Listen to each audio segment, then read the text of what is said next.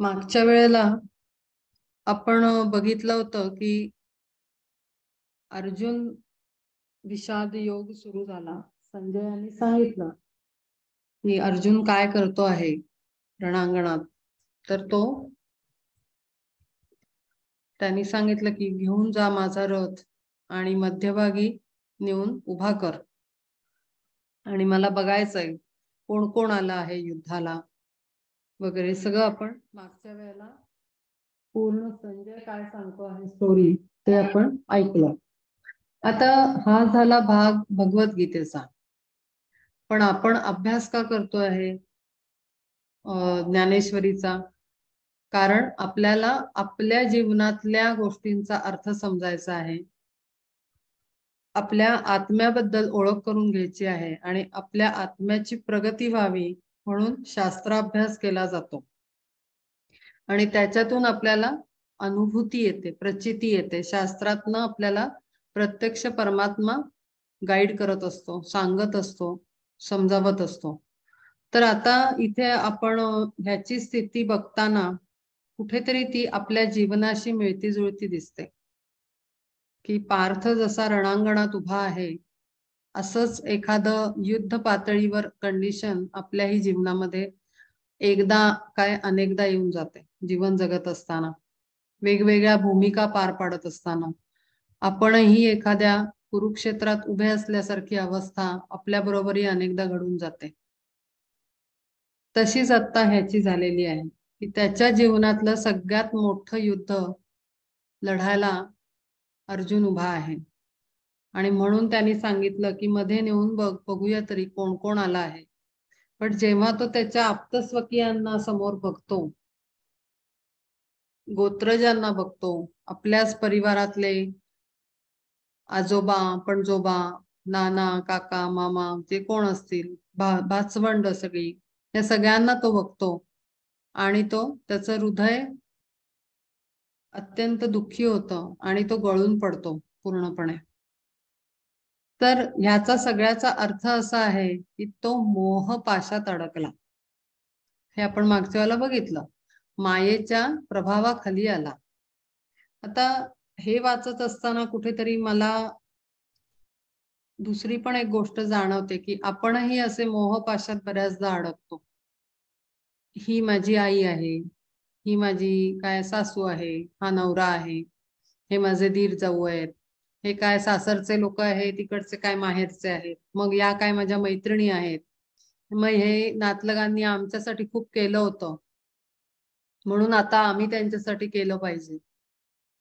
किंवा असेच काय काय शेजारी पाजारी समाज वगैरे असं काय काय आपल्या समोर खूप वेळा असं सगळं उभं असतं आणि त्या क्षणाला आपण आपलं कर्तव्य विसरतो. जे अर्जुन चूक करतो आहे तीच चूक आपल्याकडनं पण होते.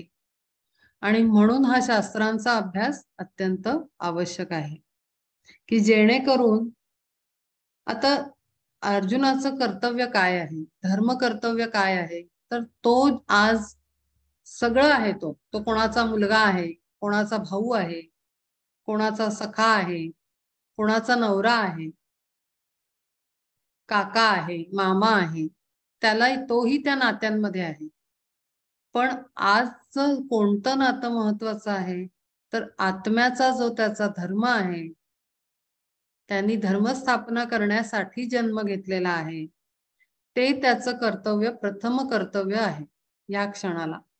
आणि त्याचप्रमाणे आपलं सुद्धा प्रथम कर्तव्य हेच असतं की आपण आत्म्याच्या उन्नतीला महत्व देणं खूप आवश्यक असतं. दरवेळेस आपण परिवारासोबत गळ्यात गळे घालून आपण नाही जाऊ शकत. एक सर्टन स्टेज येते, तिथे काही निर्णय घ्यावे लागतात आपल्याला आणि योग्य निर्णय घेण्यासाठी आपल्याला या मोहपाशातनं थोडं बाहेर यावं लागतं. आणि तेव्हा जाऊन आपण तो अत्यंत उत्तम असा योग्य निर्णय आपण घेऊ शकतो. म्हणून अर्जुन विषाद योगातनं आपल्याला हे शिकायचं आहे की कसं त्यांनी अर्जुनाला तयार केलं युद्ध कर्तव्य करण्यासाठी. कारण त्यांनी सांगितलं होतं की म्हणजे शेवटी शेवटी आपल्याला आता एक एक आपण अध्याय बघत जाऊ तसं आपल्याला कळेल की तो दरवेळेस एकच वाक्य बोलतो की तू फक्त युद्धाला तयार हो आणि तू युद्ध कर, बाकी कशाचाही तू विचार करू नकोस आत्ता या क्षणाला.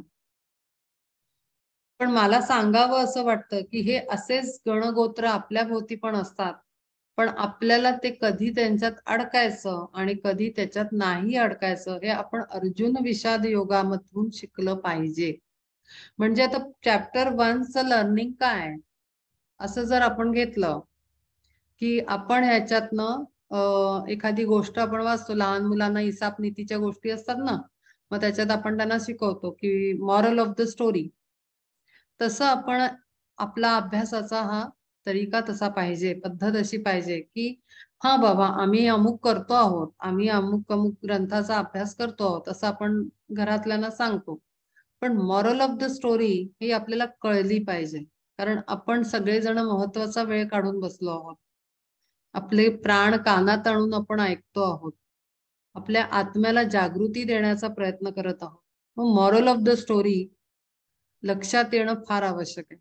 तर अर्जुन विषाद योगाची मुख्य स्टोरी काय आहे किंवा मुख्य भाग काय आहे, तर हा विषाद करणं हा मोहपाशेचा प्रकार आहे, मोहाचा परिणाम आहे. जेव्हा विषाद होतो, कुठेतरी आपल्याला एखाद्या भ्रमराप्रमाणे अडकून पडल्यासारखं वाटतं, कुठेतरी आपण अडकल्यासारखे फील करतो की आपण तिथनं निघू नाही शकत. आणि मग लक्षात येतं की मी हे काही बंध तोडू शकत नाहीये आणि मी अडकलेली आहे, असं आपल्याला जेव्हा किंवा अडकलो आहे असं जेव्हा आपल्याला लक्षात येतं, तेव्हा समजायचं की आपण अर्जुन विषाद योग स्थितीमध्ये बसलेलो आहोत. त्याला काही कोणी अडकवलेलं नव्हतं, तो स्वतःहून तिथे रथ मध्ये घेऊन गेला आणि त्यांनी कारण नसताना ते सगळे पाश लावून घेतले मायेचे, नात्यांचे. नाहीतर तो युद्धासाठी म्हणून तयार होऊन सगळे अंगावर सगळं परिधान करून युद्धाचा ड्रेस करून तो आलेला होता, पूर्ण वीरश्रीला धारण करून आलेला होता आणि तरीही तो गळपटून पडला. म्हणजेच काय की ते सगळं त्याचं जाऊन वीरश्री सगळी गळून पडून तिथे मोहाच्या पाशांनी त्याला असं पूर्ण गच्च करून टाकलं आणि त्याला असं जखडलं. तर म्हणून या गोष्टी आपल्याला अप्लाय करायच्यात आपल्या लाईफमध्ये. तर अर्जुन विषाद योगाचा हा जो आपण संजय उवाच म्हणून 4 श्लोक आपण वाचले, त्यातनं आपण लेसन हा घ्यायचा की अशीच स्थिती, असेच पूर्ण सर्कलमध्ये आपणही वेढले जातो. मग तेव्हा आपण काय करायचं, आता त्या पॉइंट ऑफ व्ह्यूने आपण पुढे अभ्यास करणार आहोत की आपल्या प्रसंग येतात तेव्हा किंवा आपल्या सगळ्या जबाबदाऱ्या पार पाडून झाल्या, जीवनामध्ये हर टप्प्यावर आपण जगून झालं, मग आता आपण सुटायचं का अडकायचं, हा प्रश्न एका वयास निर्माण होतो. मग ते आपल्या भोवतालचे जे गोष्टी असतात सगळ्या, मग त्या ह्या मोहपाशांप्रमाणे आहेत, त्या अर्जुनाच्या भोवताली असलेल्या नातलगांप्रमाणे आहेत, ज्या त्याला आठवण करून देत आहेत की मी तुझा काका आहे, मी तुझा मामा आहे, मी तुझा आजा आहे, मी तुझा गुरु आहे, मी तुझे आजोबा आहे. हे सगळं त्याला आठवण करून देतात. तुम्हाला एक गंमत सांगते, मी खूप अनेक संतांची भरपूर म्हणजे अगदी मला तर मोजावून यादी करावी लागेल, संतांची चरित्र खूप वाचली. तर एक ना माझ्या म्हणजे काही काही गोष्टी अशा कोरल्या गेल्या, ते आता सहज एकदम क्षणात आठवलं म्हणून सांगते की एका गुरूंनी, कोणी ते मला आठवत नाही, माझ्या डायरीत लिहिलेलं आहे ते, पण आत्ता ह्या मोमेंटला नाही आठवत आहे, की मृत्यू पंथावर पडलेलं असताना, मृत्यूच्या शय्येवर झोपलेलं असताना आपल्या भोवतालचे नातेवाईक हे द्रौपदीच्या 5 पतींप्रमाणे असतात, असं त्या संतांनी सांगितलेलं आहे त्यांच्या ह्याच्यात. असं का म्हटलं आहे, तर द्रौपदीचं आता महाभारत कथाच आपण एकीकडे करतो आहोत.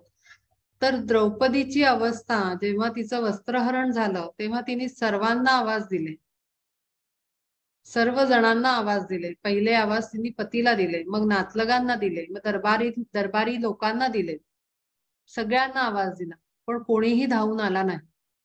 शेवटी तिच्या मदतीस श्रीकृष्ण परमात्माच आला.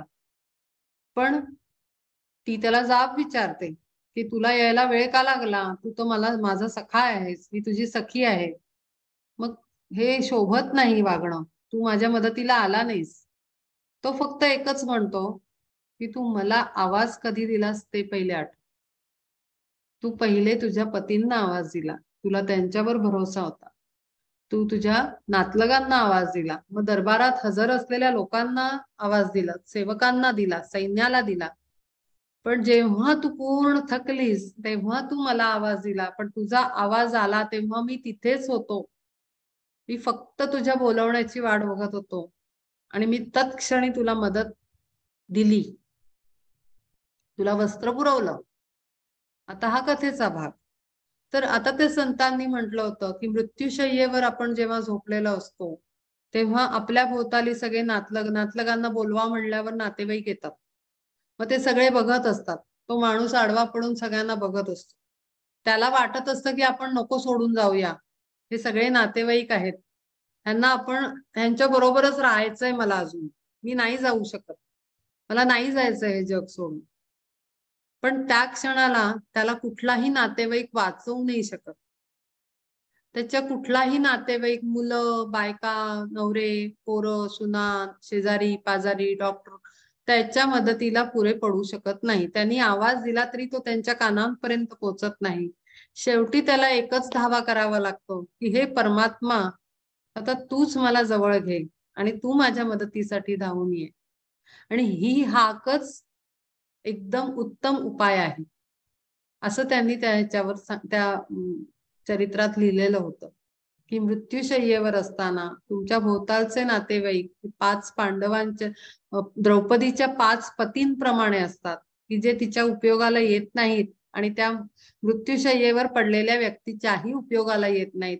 तर त्या क्षणाला जसा द्रौपदीला श्रीकृष्ण परमात्म्याला सख्याला आवाज देणंच योग्य होतं, तसं त्या क्षणाला शेवटच्या क्षणाला तुम्ही परमात्म्याचीच आठवण काढणं अत्यंत आवश्यक आहे.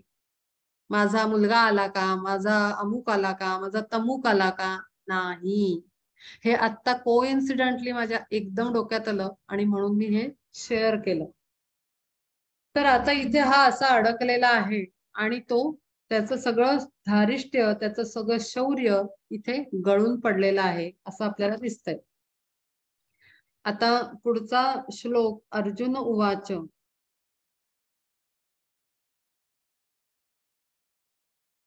आपला हा 38 पर्यंत झालेत का श्लोक? मला आठवत नाही आता. 32 पर्यंत झालेत. ओके 332. ओके ओके ठीक आहे, थँक्यू. 32 हा.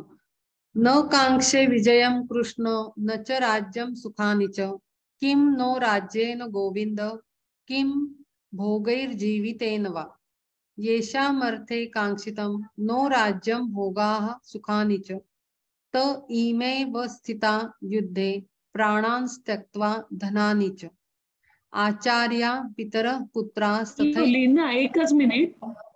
32 म्हणजे 332 म्हणजे आपल्याला 31व्या पासून सुरू करायचं. Okay okay sorry. हा. निमित्तानि च पश्यामि विपरीतानि केशव न च श्रेयो नुपश्यामि अथवा स्वजन माहवे. आता इथे ते म्हणतायत की कौरवांचा वध जरी वाटे चांग न मारू का सांग धर्माधिका आम्ही आप्तजन सर्वही निभ्रांत एकची ना गोत एकमेका म्हणून या देवा जळो झुंज माने ना हे मज काही केल्या महापातकाचा कागा व्हावे धनी दिसे मज हानी सर्वस्वाची ऐसे वाटे आता टाळिली लढाई तरी अशा काही कल्याणाची. त्याला आता ते कौरव अगदी प्रिय बंधूंसारखे वाटायला लागलेले आहेत. ज्या युद्धासाठी तो अखंड विचार करत होता आणि नेहमी त्याला वाटायचं की नाही हे सगळं आपण आता ह्यांना हे यांचा अहंकार यांचा तिरस्कार हे सगळं काही सहन नाही होऊन राहिलं. त्यांनी त्यांना जाळलं, जाळण्याचं कट रचला होता. त्यांच्या बद्दल अनेक गोष्टी केलेल्या होत्या, त्यांच्या विरुद्ध पांडवांच्या विरुद्ध कौरवांनी अनेक खेळी खेळल्या होत्या. एवढं मोठं त्यांनी ह्याचा सारीपटाचा खेळ खेळून त्यांनी त्यांना फसवलं होतं. तिचा अपमान केला होता पत्नीचा. आणि हे सगळं पहा, म्हणजे किती मोहाचं आवरण इतकं भयंकर आहे की तुम्ही सगळं विसरून जाऊ शकता. आणि त्या क्षणाला आता त्याला कौरवांचा वध सुद्धा एखादं पाप केल्यासारखं वाटायला लागतं, इतके ते चांगले आहेत. आपण असं हे वागणं, आपण असं हे करणं बरोबर नाही. जरी मी कौरवांना म्हणजे 100 जणांना मी मारलं, पण त्याच्याबरोबर बाकीचे सगळे मरतील, हे धर्माच्या विरुद्ध वाटतंय त्याला. आम्ही आप्तजन सर्वही निभ्रांत, एकची ना गोत एकमेका. आम्ही सगळे एकाच गोत्राचे आहोत. आम्ही वेगवेगळे नाही. म्हणून या देवा जळो जळो झुंज, माने नाही मज काही केलं. आता काही मला ही झुंज वगैरे नकोय. मी आपलं गळ्यात गळे घालून सगळं सहन करत राहतो. म्हणजे इथे आता विवेक हरवलेला आहे हे आपल्याला चांगलं जाणवतंय. आणि हे अगदी असंच आपल्याला बरोबर होत असतं, की आपण कधी-कधी विवेकाची कास सोडून इतके चुकीचे निर्णय घेत असतो मनुष्यजण, की आणि मग पुन्हा आपल्याला जेव्हा भान येतं, तेव्हा लक्षात येतं, की अरे याने असं केलं, अरे त्यांनी तसं केलं. आणि मग पुन्हा आपण तेच उगाळत राहतो. पण तो जो योग्य निर्णय असतो, आत्म्याच्या भूमिकेत जाऊन घेण्याचा, तो आपण घ्यायला विसरतो. तो जेव्हा घ्यायची वेळ येते, तेव्हा मायेचा पडदा डोळ्यावर चढतो आणि सगळा विसर पडतो आपल्याला. हा प्रॉब्लेम आहे. आणि इथेही त्याच्याबरोबर तेच झालं आहे, की आता त्याला ती एवढी मोठं का एवढं आता ते कुरुक्षेत्रातलं युद्ध ते काही छोटी-मोठी लढाई नव्हती. त्याच्यामागे अनंत काळचं रचना होती. परमात्म्याची रचना होती त्याच्यामागे. त्याच्यामागे अनेक लोकांचे काय म्हणतात ना, रोल लागलेले होते. त्यांनी काम केलेलं होतं. ती घटना घडवून आणण्यामध्ये खूप एफर्ट्स टाकलेले होते. आणि एवढं सगळं करूनही तो आता म्हणतोय, की नको ती जळो, झुंज नको अन् काही नको. काही लढाई नको, एवढे मरणार आणि पाप वगैरे तर मला काही माझ्या डोक्यावर नकोय. महापातकाचा कागा वावेदनी, मी कशाला पाप करून घेऊ? असं जेव्हा आपण म्हणत असतो, आता पुढे ते सांगतोच आहे तो. पण जेव्हा आपण म्हणतो, की हे पाप मी का करू? ह्यांना बोलायचं पाप मी का करू? त्यांना सांगायचं पाप मी का करू? पण तेव्हा तो मनुष्य रूपामध्ये स्वतःला गृहीत धरत आहे, की मी अर्जुन आहे आणि मी काहीतरी करू जात आहे. मी काहीतरी करायला निघालो आहे. असं तो समजतोय. आणि म्हणून पुढे त्याला आत्म्याच्या भूमिकेत कसा जा, ह्याचं सगळं सांगणं पुढे त्यांचं सुरू होईल. ऐसे वाटे आता टाळिली लढाई तरी अशा काही कल्याणाची. आता जेव्हा जेव्हा मी टाळली तरच माझं कल्याण आहे आता ह्याच्यात. मी लढणं ह्याच्यात काही कल्याण, काही माझं भविष्यात चांगलं काही दिसून दिसून नाही राहिलं मला. मी टाळलं तरच माझं कल्याण चांगलं होईल त्याच्यामध्ये. देखोनी हे माझं नको नको जय, राज्य तरी काय कशासाठी? काय करायचं मी राज्य घेऊन? वधोनी हे सर्व भोगावे जे भोग, लागो तया आग पार्थ बोले. हे सगळं सगळ्यांना जिंकलं, सगळ्यांना मारलं, जे काही परिणाम होईल त्याच्यानंतर मी जेव्हा जिंकेन हे सगळं हे, आणि मग मी तो सुखाचा उपभोग घेईन, राज्य स्थापन करून राजा बनीन, मग ती सगळी सुख उपभोगीन. कशाला पाहिजे हे सगळं? नको आता मला काही. मी हे युद्धच टाळतो. नको ते सुख, नको काही काही काही नको. ऐशा भोगा भावी कैसीही आपदा, येवती गोविंदा साहावेल. हे एवढंस सुख उपभोगण्यासाठी जर मला एवढा मोठा भयंकर रक्तपात करायचा असेल, तर हे नाही मला सुख. उपभोगताना मला फार टोचेल. मला जड जाईल ते उपभोग घेणं त्या राज्याचा आणि ऐशारामात जगणं. ते मला नाही जमणार आणि मला तर ते संकटच वाटतंय, की ते करूच नाही शकत गोविंदा मी. पुढे उभे कोण, गुरु भीष्म द्रोण, सुखे वेचू प्राण यांच्यासाठी. वधोनिया याते घ्यावे राज्य सुख, स्वप्नातही देख इच्छू आहे. केवळ केवळ केवळ प्रेम, गुरूंसाठीचं प्रेम, भीष्मांसाठीचं प्रेम.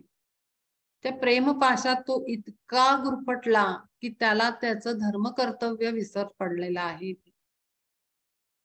त्याला हे दिसत नाहीये की हे लोक आपल्याला जेवढं त्यांच्याबद्दल प्रेम वाटतं त्यांनाही वाटलं पाहिजे, आणि ते कुठे कुठे उभे आहेत, ते अपोजिट पार्टीमध्ये उभे आहेत, जिथे अधर्म घडतोय, जिथे पत्नीचा इतका मोठा अपमान झाला, आपल्या बरोबर फसवणूक झाली, आपल्या आईचं अपमान झालेला आहे अनेकदा, अनेक खेळी खेळल्या गेल्या आपल्या बरोबर, आपल्या जीवावर ही लोक उठली, तरीही सगळे हे लोक गुरु आणि श्रेष्ठ सगळे त्यांच्या बाजूने उभे आहेत. आज मी इथे एकटा आहे, आणि मुख्य म्हणजे अधर्माच्या विरुद्ध मी लढतो आहे.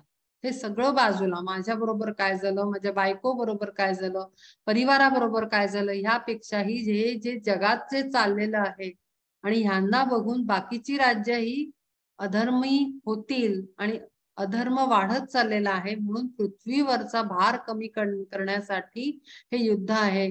हा मुख्य म्हणजे योजनाच तो विसरलेला आहे सगळी, जी आधी करताना त्याला कळलेली होती, श्रीकृष्णाने सांगितलेली होती, आणि तरीही तो विसरला, कारण तो मोहपाशात अडकला. वधोनिया याते घ्यावे राज्य सुख, स्वप्नातही देख इच्छून आहे. कागा जन्मा यावे जगावे किमर्थ, जरी चिंतू घात वडिलांचा.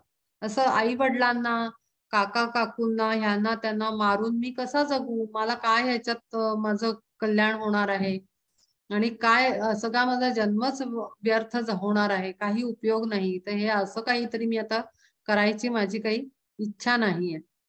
कुळी यांचीसाठी इच्छिती का पुत्र, की तयेस व गोत्र निर्दाळावे.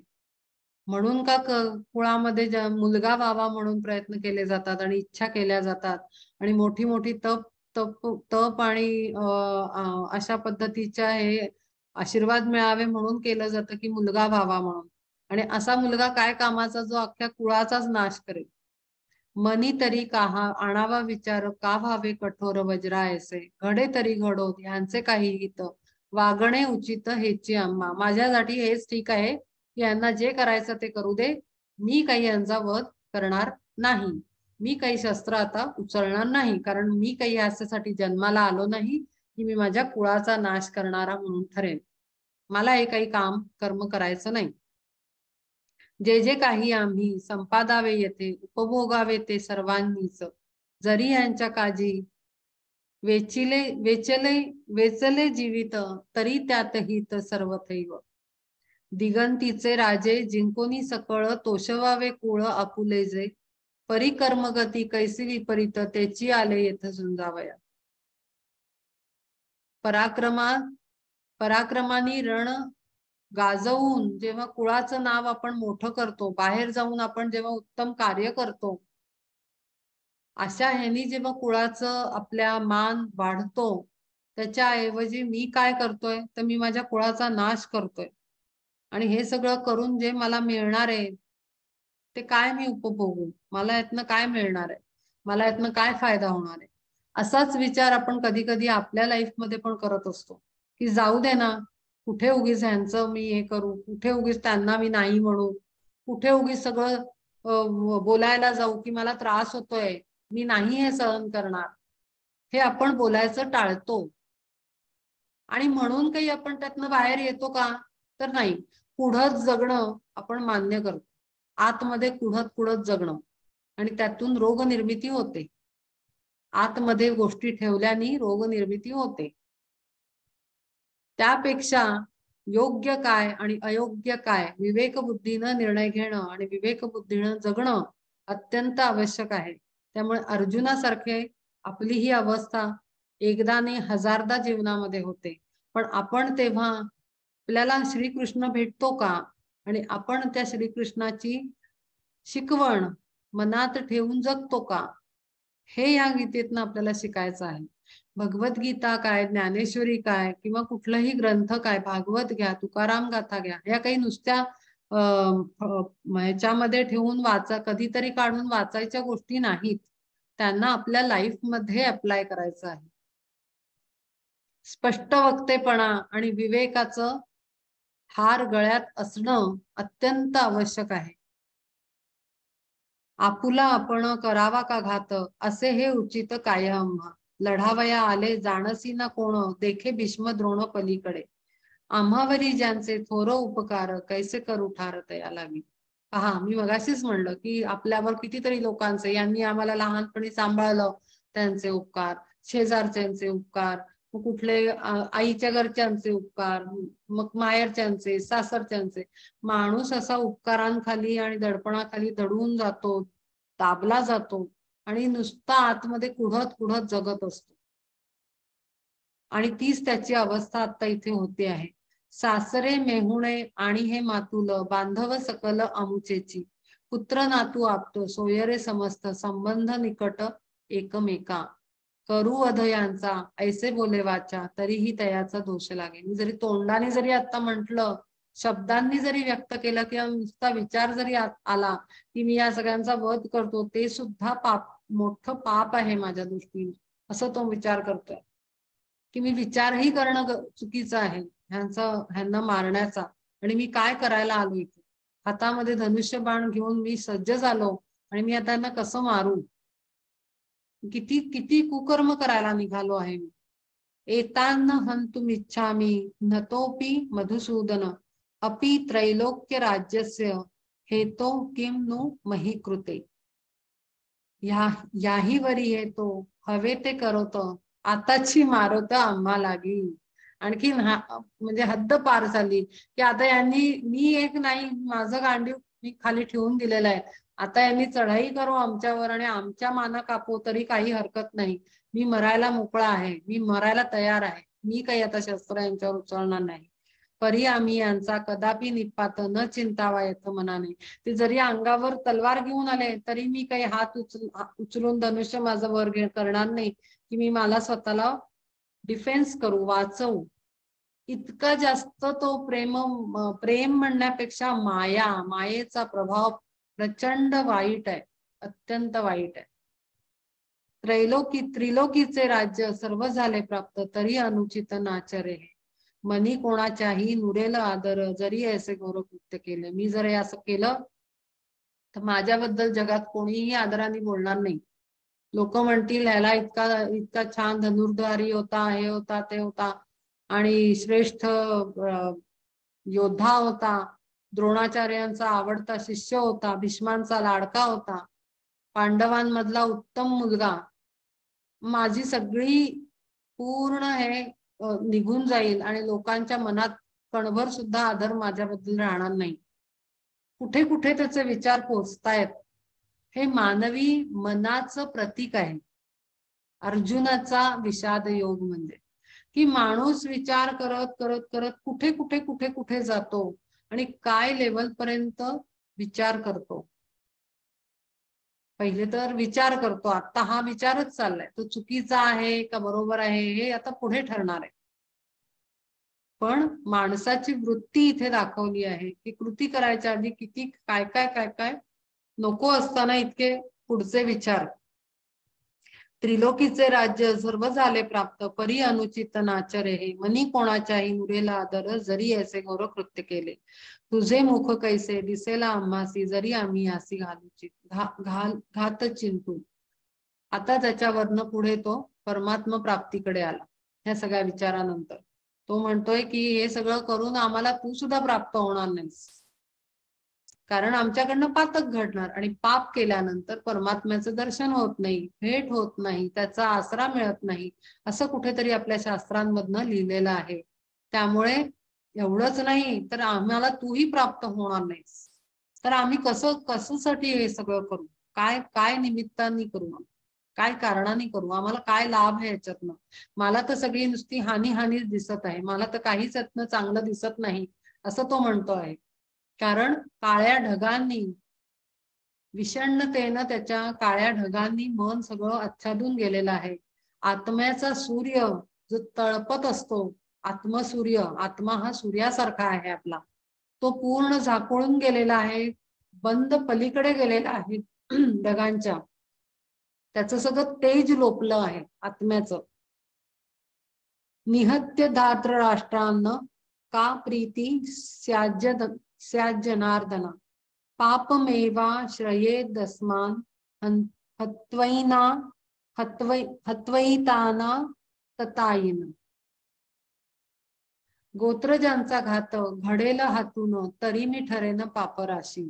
आता तो एक एक एक एक कसं काय काय केलं की मी पापी ठरेन ह्याचं एक पूर्ण तो विश्लेषण देतोय की गोत्र ज्यांना मारलं म्हणून मी पापी, महापुण्य घेसी आमुचा कैवार होतो तू आम्हा दूर होशील की. आणि हे सगळं झाल्यानंतर आम्ही पुण्यवान होतो की जो तुझे सखे बनून आम्ही अगदी आमच्या हृदयाशी असलेला तू आणि शरीरानं सुद्धा तू आमच्या जवळ, मनाने तू, विचारांनी तू, आत्म्याच्याही अगदी जवळ असलेला तू आम्हाला मात्र दुरावशील हे पाप करून. त्यामुळे आता हे करणं अवघड आहे. कुलाचा संहार होताची अशेष जडतील दोष आम्हाला.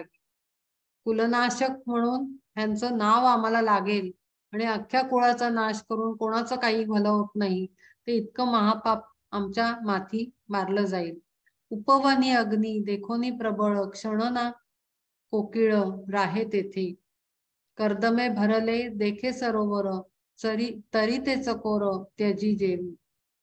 तयापरी माते सोडीशील देवा पुण्याचा ओलावा संपताची. घालोनिया माथे मायेची बुरळ दूर तू जाशील ठकवोनी. तो आता पहा त्याला त्याला आपल्या सख्यामध्ये पण दोष दिसायला लागलाय. हे असंच आपल्याबद्दल होत असतं. म्हणजे जेव्हा आपण संकटात सापडतो आणि स्वतःच गुरफटून घेतो स्वतःला अडचणीमध्ये, तेव्हा आपल्याला तो गुरु सुद्धा थकबाच वाटायला लागतो आणि परमात्माही तसाच वाटायला लागतो की हे लबाड आहेत, हे माझी मजा बघतायत. आपण लोक तर असं पण म्हणतात की देवानी शिक्षा केली, गुरूंनी शिक्षा केली, असं अगदी अगदी शहाण्या लोकांच्या तोंडात सुद्धा आपल्याला ऐकायला मिळतात असे शब्द. पण इथे भगवद्गीतेमध्ये श्रीकृष्ण परमात्म्यांनी हेच सांगितलं आहे की कोणी कोणाला शिक्षा करत नाही, आपणच आपल्या कर्माला फळ भोगत असतो. कोणाच्याही इच्छा बाधत नसतात, कोणी तुमच्यावर काही टाकत नसतं, गुरु काही सोडत नसतात, विचार इच्छा किंवा शाप देत नसतात आणि परमात्माही काही करत नसतो. पण आता इथं त्याचं मन इतकं काळ्या ह्याच्यामध्ये गेलेलं आहे विचारांमध्ये की आता त्याला श्रीकृष्ण परमात्मा सुद्धा दोषी दिसायला लागलेला आहे की त्याला असं वाटतं आत्ता कर कर असं म्हणेल आणि एकदा युद्ध केलं, सगळं पाप महापाप हातून घडलं की हाही आपल्याला टाकून निघून जाईल. तो म्हणे तुम्हीच केलं. आता त्याला दोष श्रीकृष्णामध्ये पण दिसू लागला आहे की असं सगळं झाल्यानंतर तू तरी कुठे आम्हाला जवळ घेणार आहेस, तूही आम्हाला टाकून निघून जाशील. म्हणजे ह्याच्यावरनं लक्षात येतं की मानवी मन आणि विचार हे किती टोक गाठू शकतात जेव्हा त्यांची वृत्ती बिघडलेली असते किंवा दिशा बिघडलेली असते किंवा निगेटिव्हिटी जेव्हा आलेली असते, नकारात्मकता, तेव्हा मानवी विचार किती थराला जातात ह्याचं हे उत्तम उदाहरण आहे अर्जुनाच्या रूपामध्ये. हे एका मनुष्य जीवाचं प्रतीक आहे. अर्जुन हा काही एक व्यक्तिमत्व नाही आहे, हा प्रतीक आहे मनुष्य जीवनाचं. आणि म्हणून ह्याच्यामध्ये आपण नेहमी आता एक मी ट्रिक सांगेन की एखाद्या ग्रंथाचा अभ्यास करताना त्यामध्ये ना आपल्याला ठेवून नेहमी करावा. म्हणजे माझं तरी वाचन मी या पद्धतीनं केलं की मी अर्जुन आहे आणि श्रीकृष्ण मला समजावतो आहे. मी दास आहे आणि रामदास स्वामी मला सांगत आहेत दासबोध कसा आहे तो. मी राम आहे आणि वसिष्ठ मला सांगतायत योग वसिष्ठ मध्ये. मी सामान्य जन आहे आणि तुकाराम महाराज मला सांगतायत की कसं जग बाळा. जेव्हा आपण असं भूमिकेत शिरून जेव्हा ग्रंथाचा अभ्यास करतो तो कोळून पिता येतो आपल्याला, कारण तो आपल्या नसानसात शिरतो. कारण आपण त्या भूमिकेत असतो, आपण ते सगळं अनुभवतो. आत्ताचा अर्जुन विषादही आपण अनुभवत आहोत की मीच तिथे आहे आणि मलाच सगळा मोहपाश जडलेला आहे आणि मी आता कसा हे करू, मी कसं करू. हे हे हे अशा पद्धतीनं जेव्हा आपण करू ना तेव्हा मग मागावून श्रीकृष्ण समोर उभा ठाकून काय शिकवण देतो ही निश्चितपणे आपल्यामध्ये मुरते आणि कळते आणि ऍक्शन मध्ये येते. त्यामुळे हे नक्की लक्षात ठेवून या पद्धतीनं ह्याला वाचा आणि अभ्यास करा. नाना परी वाटे सदोष हे कर्म ना करी संग्राम ह्यांच्या संगे. आम्हा लागी तुझा होताची वियोग काय उरे मग सांगे कृष्ण. आणि आता एकदा तू जर आम्हाला सोडलंस तर काय सगळं व्यर्थ आहे, काही काही खरं नाही आमचं. कौरवाचा घात करावा भोगार्थ घडे नाही मात पार्थ म्हणे. हे सगळं एवढं ब्रह्मांड घडण्यापेक्षा मी त्याचा काही कौरवांचा पतन मी काही करत नाही, मी त्यांना काही मारणार नाही, जाऊ दे. कारण शेवटी सगळं केल्यानंतर तूही आम्हाला जर मिळणार नसशील तर काहीच अर्थ नाहीये कशाला. यद्यपेते न पश्यन्ति लोभोप हतचेतसा कुलक्षय कृतं दोषम मित्रद्रोहे च पातकम कथम न ज्ञेयं स्माभिः पापादस्मान्निवर्तितुं कुलक्षय कृतं दोषम प्रपश्यति जनार्दना. जरी अभिमाने होऊनी उन्मत्त ठाकले युद्धार्थ कौरव आहे, तरी लागे आम्हा पाहावेस वहित ऐसे माझे मत भगवंता. यांना उभं राहू दे यांना, कारण पहिल्यापासूनच युद्ध हवं, यांना भांडायलाच माहितीये, यांना भांडताच येतं. पण मला तर कळतंय, त्यामुळे मी काही इथे आता असा उभा राहणार नाही युद्धासाठी. त्यांना करू दे काय करायचं. वधावे हे कैसे आपुले अपतिष्ठ घ्यावे कालकूट जाणताची. अहो मार्गी ठाके सिंह अकस्मात चुकविता हेत हित नोहे काय. असता प्रकाश सांडोनिया दूर सेविता अंधार काय लाभ. भडकला अग्नी देखोनी समोर नाही झालो दूर तेथून या. हे जर समोर अक्षरशः इतकं वाईट घडताना सुद्धा जर आता माझी बुद्धी जागी नाही झाली आणि मी आता मागे नाही फिरलो तर काही अर्थ नाहीये. मला सगळं कळतंय आणि तरी मी करायला जाऊ, हे मला शोभत नाही. मी असं वागणं मला जमणार नाही, हे बरोबर नाही. आपल्याच हाताने आपण एखादं विष प्यायल्यासारखं आहे, त्यामुळे ते काही आता मी करणार नाही. समोर जर मार्गामध्ये सिंह आला तर मी काही हा ठीक आहे सिंह आलाय ना, जातो मी तसाच पुढे, हे असं झालं. मी असं युद्ध करणं म्हणजे स्वतःला मृत्यूच्या दाढेत ढकलणं आहे. त्यामुळे हा मूर्खासारखा विचार काही मी करणार नाही. असता प्रकाश सांडोनिया दूर सेविता अंधार काय लाभ. मी पळून गेलो तर मागे माझ्या प्रकाश आहे. मी इकडे जातोय अंधाराकडे, मला काही जरूरत नाहीये, मी स्वतःच अंधाराकडे चाललोय. मी हे असं करणं योग्य नाही. माझी बुद्धी मला सांगतेय की मी युद्ध केलं नाही पाहिजे, मी असा चुकीचा विचार केला नाही पाहिजे. तरी आपण ते जैसा तो घेरून टाकील जाळून क्षणा माझी तैसे महादोष येथे मूर्तिमंत आदळू पाहत अंगावरी. हे असं सगळं माझ्या पुढे येऊन ठाकलेलं आहे की मी विष पिण्यासारखं आहे, सिंहाच्या दाढेत घुसण्यासारखं आहे गुफेमध्ये स्वतःच, आणि मृत्यूला प्राप्त होण्यासारखं आहे हे युद्ध. हे अत्यंत मोठं वाईट गोष्ट आहे की जी मी करायला निघालो आहे. हे बरोबर नाही मी असं काही करणं. जाणोनी का व्हावे युद्धासी प्रवृत्त कृष्णा प्रतिपार्थक ऐसे बोले. हे सगळं कळत असून सुद्धा मी कसं युद्धाला उभा राहू. मला इतकं शहाणपण आलंय की मला कळतंय की हे सगळं चुकीचं आहे. हे शहाणपण जर मला आलंय, मी कसं जाऊ युद्धाला, मी कसा वेडेपणा करू. म्हणे देवा आता ऐकावी सर्वथा महाभीषणता पापाची. आता तो पापाचं महत्व सांगतोय परमात्मा श्रीकृष्णाला की काय काय होईल ह्याची तो अख्खी यादी वाचतोय आता परमात्म्या पुढेच. कुलक्षय प्रणश्यंती कुलधर्मा सनातना धर्मे नष्टे कुलम कृत्स्न धर्मो भी भवत्युत. काष्ठावरी होता काष्ठाचे घर्षण उपजे त्यातून अग्निजोका. होता तो प्रदीप्त जैसे काष्ठ जात जाळून टाकीत समस्तही. तैसा गोत्री वध होता परस्पर तेणे दोषे घोर कुलक्षय. होता कुलक्षय लोपे कुलधर्म संचरे अधर्म कुळा माझी. एका लाकडावर दुसरं लाकूड जाळलं तर त्यातनं अग्नी निर्माण होतो, आणि तो अग्नी निर्माण झाल्यानंतर काय होईल, ते लाकूड तर जळूनच जाईल. तसं झालंय आमचं. म्हणजे दोन लाकडं कौरव आणि पांडव ते एकमेकांमध्ये त्यांच्यात फ्रिक्शन झाल्यानंतर जे काही युद्ध आहे त्याच्यात सगळेच जळणार आहेत. हे तर त्याला कळतच आहे की तेही जळतील आम्ही पण जळू.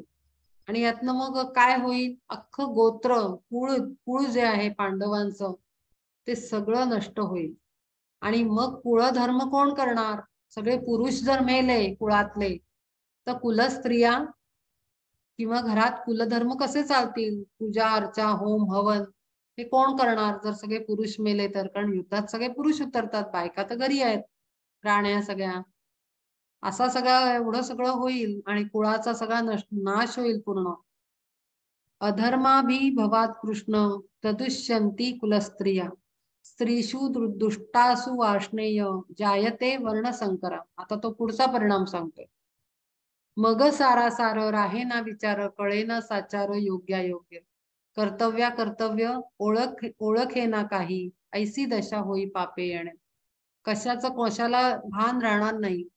पुरुष सगळे मेल्यानंतर घरामध्ये काय अवस्था होईल की लोकांचं भान जागेवर राहणार नाही, स्वतःची कर्तव्य कोणाला कळणार नाहीत, योग्य अयोग्य काय विवेक संपन्नता राहणार नाही, विवेक नष्ट होईल. आमच्या अख्ख्या घराण्याचा आणि सर्व देशाचा, माझ्या राज्यामधला मालवोनी दीप चालता अंधारी उजू मार्ग तरी लागे ठेच. कुलक्षयी तैसा आद्य धर्म सरे एकलेची उरे पाप मात्र. अंधारात लागल्यावर चालल्यानंतर ठेच लागते, आपल्याला दिसत नाही काहीच, तसं होऊन बसेल, सगळा अंधार पसरेल. कुळधर्म कुळाचार काही होणार नाहीत आणि सगळे वेड्यासारखे वागतील, अविवेकानी सगळं जन्म सगळ्यांचे पुढे जातील. मग तेथे मन राहे न स्वाधीन दशेंद्रिय गण स्वैर भागे हीन पुरुषाशी घडोनी संगती तेणे बिघडती कुलस्त्रिया. कुठे कुठे चालला आहे त्याचा विचार, की तो विचार करतोय सर्व पुरुष जर मेल्यानंतर मग तर सगळं अनाचार घडायला लागेल, घरामध्ये फक्त स्त्रिया उरतील, कुलस्त्रिया ज्या आहेत त्या, त्यांचं मती भ्रष्ट होईल, दश इंद्रिय काबूमध्ये राहणार नाहीत त्यांची आणि वाटेल त्याच्याशी संबंध करतील आणि मग संतान कशी निर्माण होईल आणि सगळा कुळाचा नाश कसा होईल. अगदी एक एक स्टेप प्रमाणे तो परमात्म्याला सांगतो आहे की काय काय होऊ शकतं, पॉसिबिलिटीज सगळ्या. ऐसा वर्णावर्ण जाता मिसळवणं लोपती संपूर्ण ज्ञाती धर्म. सगळ्या जाती धर्म सगळे विस्कळीत होऊन जातील, पण कोणी कोणाशी लग्न करेल, कोणी कोणाशी व्यवहार करेल, कोणी कोणावरही जाऊन राहील. त्यामुळे जो राज्यामध्ये जाती धर्मांची जी पूर्ण पायरी असते किंवा आखणी असते ती सगळी सरमिसळ होऊन जाईल आणि सर्व नष्टतेच्या मार्गाला जाईल, अत्यंत वाईट अवस्था होईल सगळ्या जगाची आणि राज्याची, लोकांची.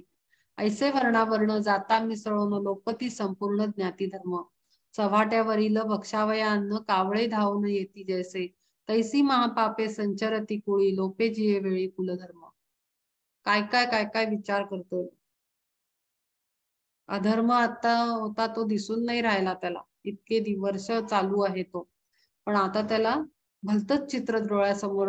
डोळे म्हणजे अंतर्दृष्टी आणि बाह्यदृष्टी दोन्हीकडे त्याचं तेच विजन आहे, त्याला तेच दिसत आहे जे तो पेंट करतोय, तो तयार करतोय चित्र स्वतःच्याच बुद्धीनं.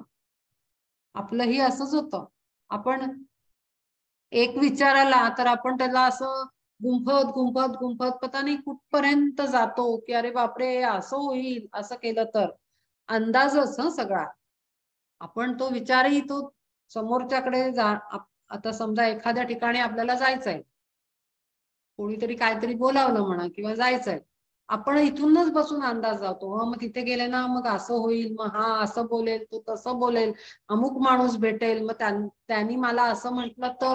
ते इतकं डोकं धावतं आणि नवीन काहीतरी सीन पेंट करून स्टोरी बनवून जीव नुसता नको, मी तिथे न गेलेलंच बरं, मी टाळतो, असं करून आपण जीवनातले निर्णय घेत असतो, तिथे विवेक नसतो. पण तेच हे जे आपण विणकाम केलं की मी तिथे जाईन, मग ते असं बोलतील, मग अमुक व्यक्ती तिथे असेल, मग तिला मला सामोरं जावं लागेल किंवा जे काय असेल, विवाद असतील किंवा नसेल आवडत, अरे पण समोर जाऊ बघू तर खरं काय होतं, फेस तर करून बघू, काही शक्ती नावाची वस्तू आहे की नाही वर, खरं सत्य असत्य नावाची वस्तू काहीतरी असते की नाही. पण माणूस ते धजत नाही, अनुभव घ्यायला दजत नाही. आपणच सगळं स्टोरी क्रिएट करतो आणि निर्णय घेत असतो. आपल्याला खूप कळतं ह्या बेसिसवर चाललेला असतो. प्रत्येक मनुष्य हे करतो. सगळे आपण, मी, तुम्ही, सगळे सगळे असंच करत असतात. सगळे अर्जुन असतात प्रत्येकाच्या जीवनामध्ये. पण गुरु भेटून तो श्रीकृष्ण परमात्मा जीवनात येऊन विवेक जागृती होणं अत्यंत आवश्यक आहे. त्याच्याशिवाय काही खरं नाही. कारण आपण दरवेळेस काही बरोबर निर्णय घेत असतो असं नाही. संकरो नरकायैव कुलज्ञानां कुलस्य च पतन्ति पितरो येषां लुप्त पिंडोदक क्रिया. तया कुलग्नांच्या सवे त्या कुळास सर्वा घडे वास नरकीच. वंशातील प्रजा पावे अधोगती पूर्वज भ्रष्टती स्वर्गातील. आता झालं जिवंत माणसांवर विचार करून झाला पार्थाचा. आता मेलेले जे आहेत त्यांच्याबद्दलही विचार करतो की एवढा सगळं खाली झाल्यानंतर, कुळाचा नाश झाल्यानंतर क्रियाकर्म तर होणार नाहीत, कुळधर्म होणार नाहीत, श्राद्ध पक्ष तर काही होणार नाहीत. कारण ते करायला परिवारच नीट राहणार नाही, संस्कार राहणार नाहीत परिवारांमध्ये, घरांमधनं संस्कार राहणार नाहीत. आणि मग त्यामुळे काय होईल, स्वर्गामध्ये जे गेलेले पूर्वज आहेत आपले देह सोडून, ते आत्मे भटकायला लागतील. त्यांना पूर्ती होणार नाही त्यांच्या इच्छांची, किंवा ते नित्य नैमित्तिक कर्म आहे ते होणार नाही, त्यांना अन्न पाणी मिळणार नाही. असं करून ते शेवटी अधोगतीला जाईल. अख्खी प्रजा आणि अख्खं वंश, सगळेच वंश. लोपताती कर्म हे नित्य नैमित्तिक अर्पित तिळोदक कोण कोणाला हे देणार आहे, कोण कोणाचं श्राद्ध करणार आणि कसं सगळं होणार. कोठोनी तयासी मग स्वर्गवास सवे नरकास. ते सगळ्यांना नरकात पाठवलं त्यांनी नुसतं विचारांनी. आता त्याच्या दृष्टीनं कोणाला स्वर्गही प्राप्त होणार नाही. हे एका क्षणामध्ये त्यांनी सगळं चित्रीकरण केलेलं आहे आणि अगदी असंच आपण करत असतो. आता याच्या पुढे, आजपासून पुढे प्रत्येक विचार करताना अर्जुनाला आठवा की काही आपण अर्जुनासारखं तर करत नाही होत. इमॅजिनरी पेंटिंग की आपण तथ्याला बघून विवेकाची कास धरून आपण निर्णय घेत आहोत आणि घटनांकडे, माणसांकडे बघत आहोत. हे विचारात आणणं फार आवश्यक आहे. जरी सर्पे केला नखाग्राते दंश, वेगे चढे विष सर्वांगाते. तैसे सत्य लोकापासून सत्वर सर्व ही पितर भ्रष्ट होती. सत्य लोकापर्यंत गेला तो मागे. तेव्हापासूनचे जे पित्र असतील ते सगळ्यांना दोष लागेल. कारण खाली एकदा विष, पॉइझन स्पर्श झाला तर ते सगळं शरीराला पूर्ण विष चढतं. त्याप्रमाणे जो फॅमिली ट्री असतो, प्रत्येक फॅमिलीचा ट्री असतो, जे वंशावळी म्हणतो आपण त्याला मराठीत, फॅमिली ट्रीला, तर ती वंशावळीच अख्खी जळून जाईल असं म्हणतोय तो. काहीच उरणार नाही. म्हणजे कुठून सुतावरनं स्वर्ग गाठणं म्हणतात ना, तसं झालं त्याच. दोषही रेतई ही कुलज्ञानाम वर्णसंकर कारकैहि उत्साद्यन्ते जाती धर्मा कुलधर्माश्च शाश्वता. उत्सन्न कुलधर्माणां मनुष्याणां जनार्दन नरके नियतं वासो भवतीत्यनुशुश्रुम. अहो बत महत्पापं कर्तुं व्यवसिता वयं यद्राज्य सुखलोभेन हंतुम स्वजन मुद्यता. मला आश्चर्य वाटतं यावेळेला काय पेशन्स ठेवला असेल श्रीकृष्ण परमात्म्याने त्याला सगळं ऐकताना. काय तो विचार करत असेल, की बघत असेल नुसता की काय चाललंय अर्जुनाचं. ऐके देवा आता आणि काही एक भीषण पातक घडे येते. अजून पण काहीतरी सांगायचं त्याला परमात्म्याला, की ह्या कुलग्नांची घडता संगती तेणे लोकरीती नाश पावे.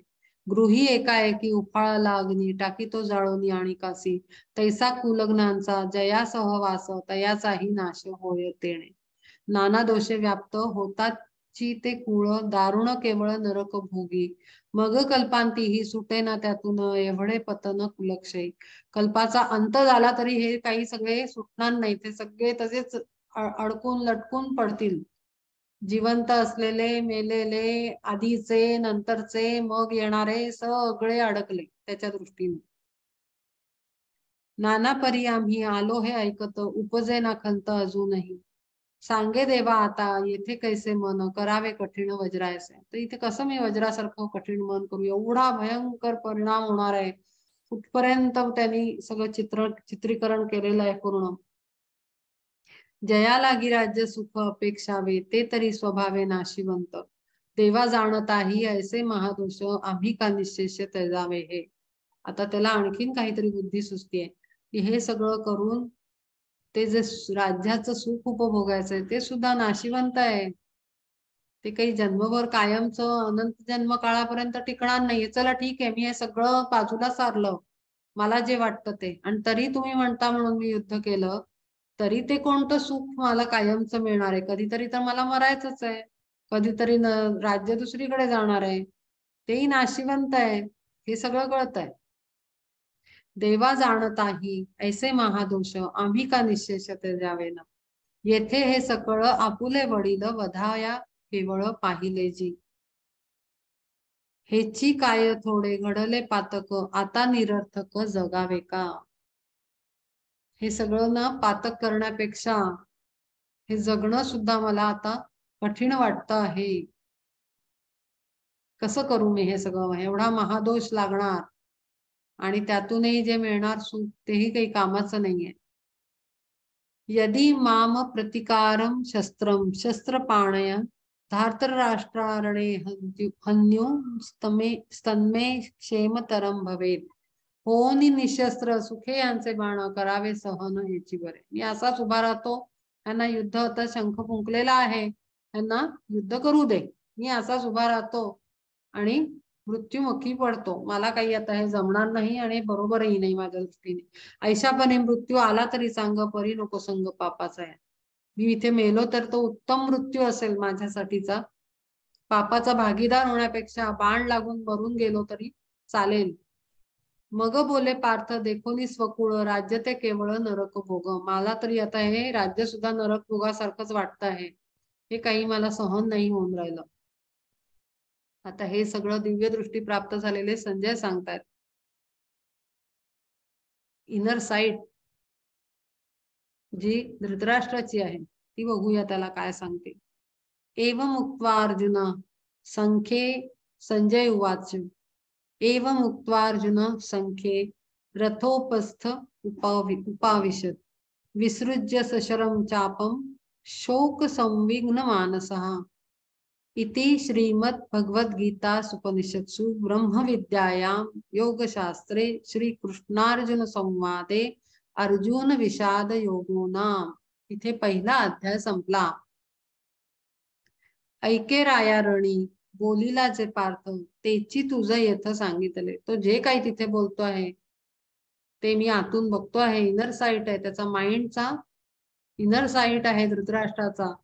तो त्याला म्हणतोय हे मी पाहिलंय, हे मी तुला असं सांगितलं. मग तो अर्जुन खिन्न झाला फार, आला गहीवर आवरेना. रथातुनी तेव्हा उतरोनी खाली, दुःखे अश्रुगाळी ढळढळा. जैसा राजपुत्र होता पदच्युत, कोणी न ठेवित मान त्याचा. ना तरी राहू नये टाकीता ग्रासून, दिसे प्रभाहीन भानू जैसा. किंवा सिद्धी लागी भुलोनी तापसी, कामनेच्या फासी दीन होय. तैसा दुःख भारे जाहला जर्जर, रणांगणी वीर धनंजय. जेव्हा एखादा सिद्ध म्हणजे ऋषी, अत्यंत सिद्धी प्राप्त झालेला ज्ञान संपन्न ऋषी, पण एखाद्या कामनेच्या बळाने तो जेव्हा चुकीचं काम करतो, तेव्हा त्याचं सगळं ज्ञान, तेज सूर्य त्याचा आत्म्याचा सगळा लुप्त होतो, त्याचं तेज राहत नाही काही. किंवा जेव्हा ह्याला राहूनी गिळलं, तेव्हा जसा सूर्य निस्तेज झाला,